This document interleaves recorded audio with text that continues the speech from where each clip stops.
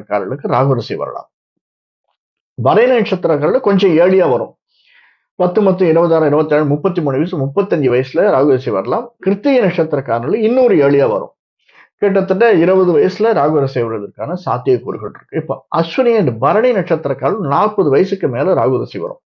இந்த ராகு திசை வர்றது அல்லது ராகு புக்தி மெயினா அதை எடுத்துக்கோங்க. ஏன்னா ராகு திசை நமக்கு வரதை பார்த்துக்கலாம். அடுத்து ராகு புக்தி பார்க்கலாம்.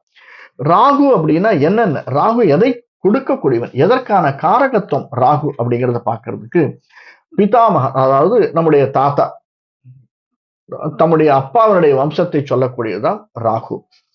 அதே மாதிரி நம்முடைய ரொம்ப மிராக்கிள்ஸ் பண்றது, செப்பிடி வித்தை காட்டுறது, அதற்கெல்லாம் உபயோகமா இருக்கக்கூடியவன் ராகு, செய்யக்கூடியவன்.